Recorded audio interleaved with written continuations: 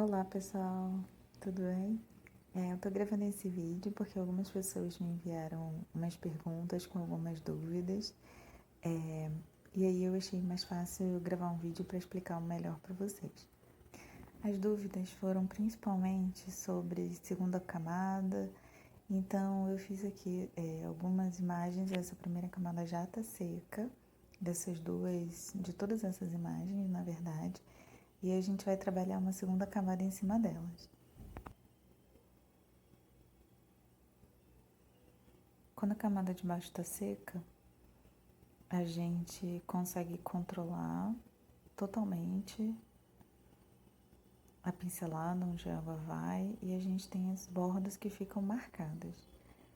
E quando a gente muda a velocidade da pincelada, ou seja, quando a gente faz ela mais rápida, a gente consegue criar esse efeito da pincelada meio quebrada, falhada, que fica muito legal, fica mais orgânico.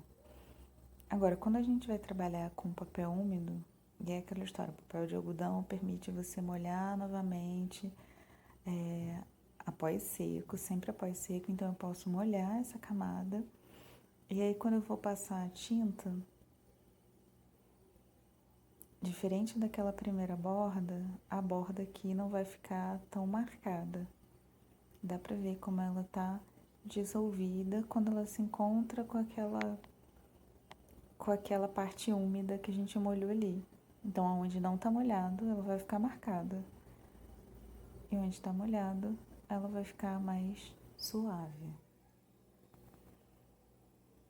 No caso desse círculo, por exemplo, às vezes acontece da gente não conseguir o volume que a gente tinha como objetivo na primeira camada. E aí a gente pode fazer na segunda, não tem absolutamente nenhum problema. O que a gente vai fazer aqui agora.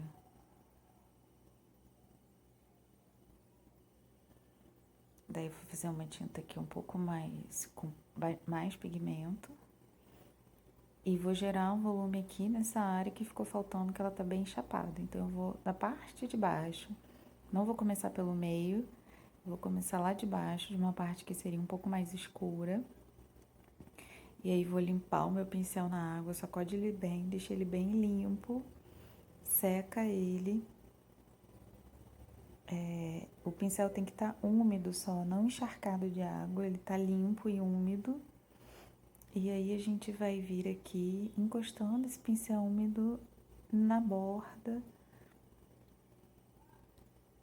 E aí a gente vai conseguir dissolver essa borda que fica tão marcada.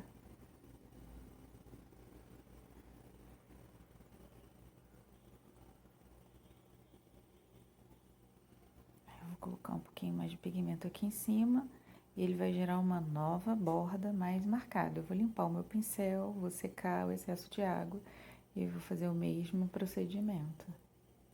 Eu vou fazer isso sempre que eu quiser deixar essa borda mais suave.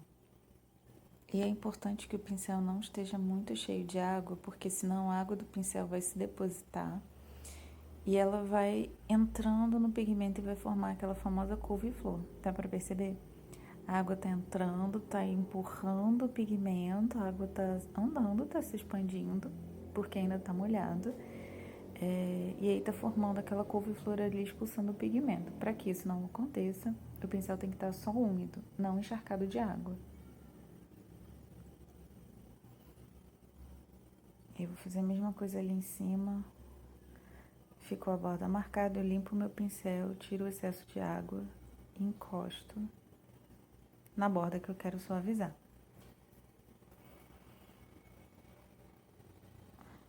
E aí, sempre que essa camada secar e eu achar que precisa de mais volume, eu posso fazer exatamente a mesma coisa. Esse procedimento é o mesmo que a gente vai fazer para gerar o volume aqui nesse rosto.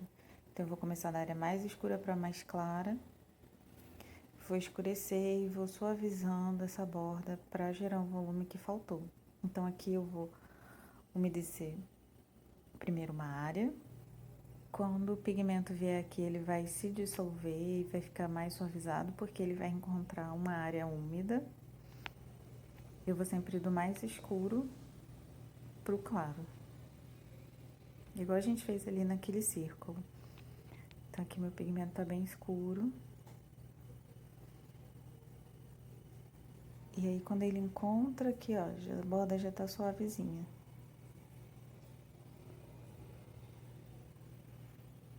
Eu vou deixar um acúmulo de pigmento aqui nessa área para que ela fique úmida e aguente um pouco, espere eu mexer nessa área para poder voltar ali e continuar.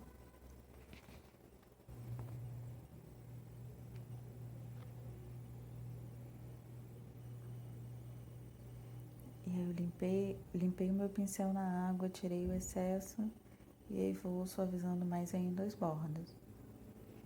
Feito tudo que eu pretendia fazer ali em cima, eu vou continuar descendo aqui para escurecer essa lateral da face.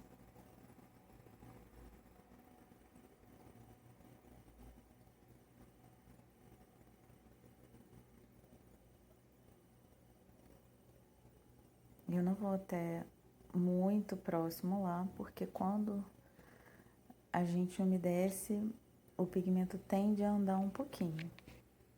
E aí eu passo meu pincel aqui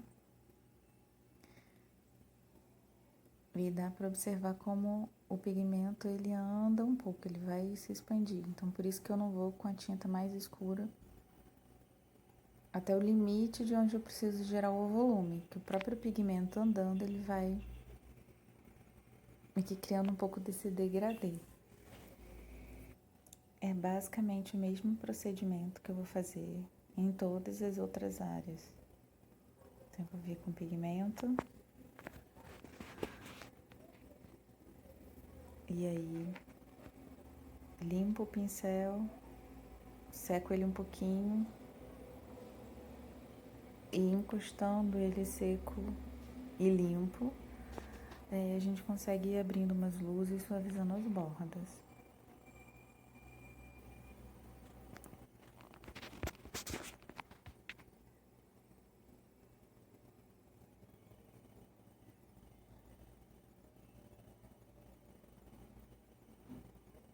Esse é basicamente o procedimento que eu faço em todas as áreas. Pelo menos na maioria delas, para que não fique todas as bordas muito marcadas. E aí sempre que você estiver pintando alguma coisa, seja paisagem, seja figura, seja independente do que for, não importa, observa quais bordas ficam marcadas. As bordas marcadas são detalhes, são definições. Quais precisam estar suaves, né? Quais sombras são marcadas.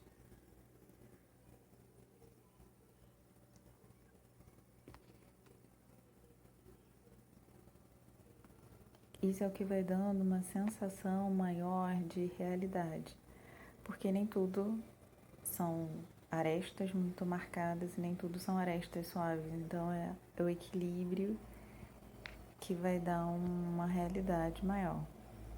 O que a gente fez basicamente foi fazer uma camada mais escura em cima de uma que estava seca anteriormente, limpar o pincel, tirar o excesso de água e encostar esse pincel na borda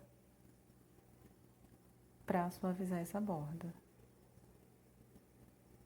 Uma outra dúvida foi com relação aos cabelos. Em alguns casos, as pessoas perguntaram, por que ficou uma marca, uma borda assim em volta do cabelo? Normalmente isso acontece porque, digamos que o cabelo dela vai ser desse tamanho na minha mente. Não desenhe o cabelo, tá? Mas é só para que vocês vejam o tamanho que eu tô imaginando que vai ser esse cabelo dela. E aí, quando a gente umedece só a área desse cabelo ou próxima a ele, o que vai acontecer? O pigmento vai encontrar uma barreira. E para que isso não aconteça, o que a gente tem que fazer? A gente tem que molhar uma área maior do que a área que a gente imagina que esse cabelo vai ocupar. Então, mais uma vez, não desenhe o cabelo, Eu só desenhei aqui para vocês verem qual é o meu planejamento, digamos, o que está na minha cabeça.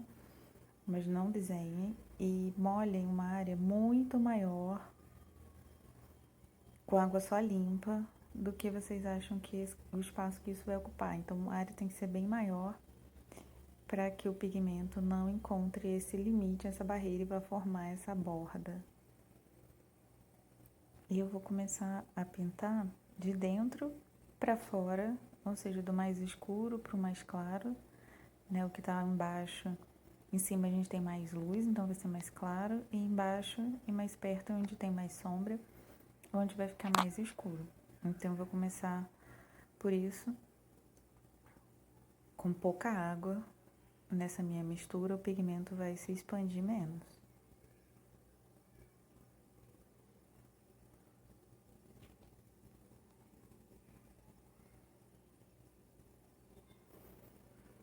E quanto mais afastado do rosto dela, vai ser uma área que está recebendo mais luz, então vai ser uma área já com mais água e menos pigmento.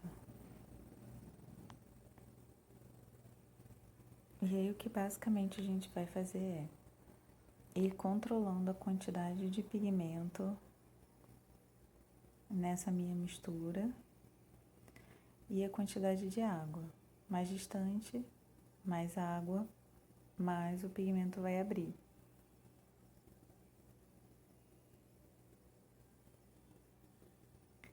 Mas aqui é importante que não tenha muita água, porque senão vai acabar tudo abrindo demais e desaparecendo. Então, para que ele fique um pouco, é necessário que não haja tanta água nessa mistura.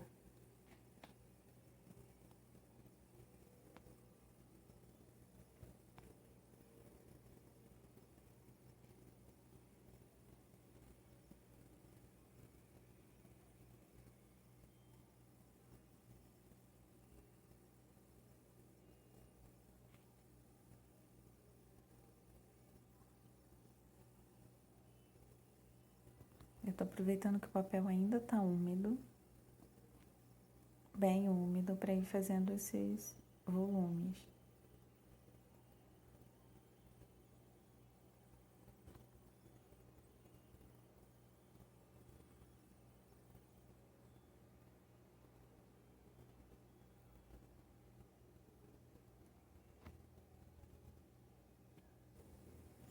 Então, o meu pigmento, o meu cabelo, ele ainda tá muito distante da borda, porque eu molhei uma área muito maior do que a área que eu tava pensando. Então, o pigmento, ele se expande, ele pode andar bastante e parar, e não vai encontrar um limite, e não vai fazer aquela bordinha em volta desse cabelo.